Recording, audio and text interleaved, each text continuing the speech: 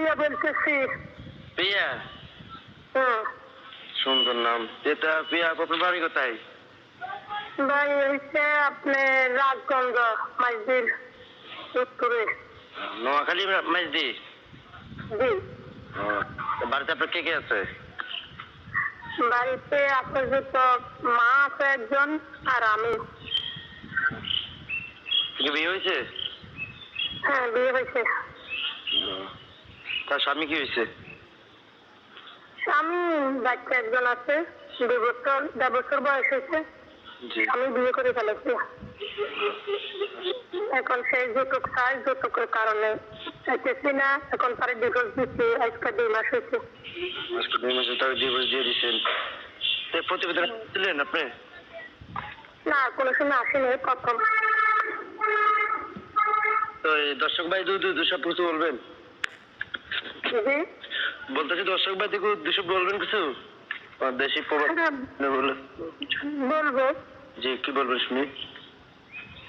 সে যদি কেউ আমাকে সহযোগিতা করে বা আমার পাশে দাঁড়ায়, আমার বাচ্চার ভর নেয়, জি, তাকে আমি জীবন সাথী করে নেব।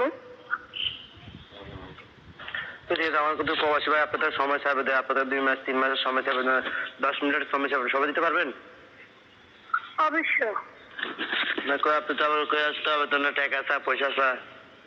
না, আমার টাকা পয়সা লাগবে না। সে যদি আমার দায়িত্ব নিতে পারে, আমার বাচ্চার দায়িত্ব নিতে পারে, আমি টাকা পয়সা দিতে করি। শুন, ঠিক আছে তো, ঠিক আছে।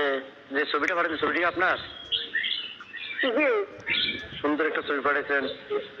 সুন্দর নেই আপনার স্বামী আপনার কি জন্য আপনাদের যৌতুক চাইতেছে, টাকা চাইতেছে, এই জন্য আপনার ডিভোর্স দিয়ে দিচ্ছে, তাই নাকি?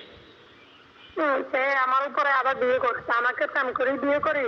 প্রথম টাকা পয়সা পায় নাই, এখন আমার বাচ্চা হইবার পরে সে আবার বিয়ে করেছে। এখন সে আমার নিতে হয়েছে, সে আমার তো 1 লাখ টাকা যৌতুক। যৌতুকের দাম জানতাম তাকে। আমি যৌতুক দিতে পারি না, অস্থায়ী মানুষ, গরিব মানুষ, আমি যৌতুক দেবো থেকে। আচ্ছা, ঠিক আছে।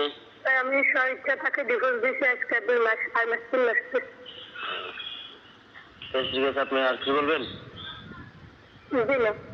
আসসালামু আলাইকুম দর্শক ভাই, আপনাদের কথা সবসময় আপনি শুনছেন। যে চ্যানেলটা ভালো লাগে চ্যানেলটা সাবস্ক্রাইব করে দিবেন।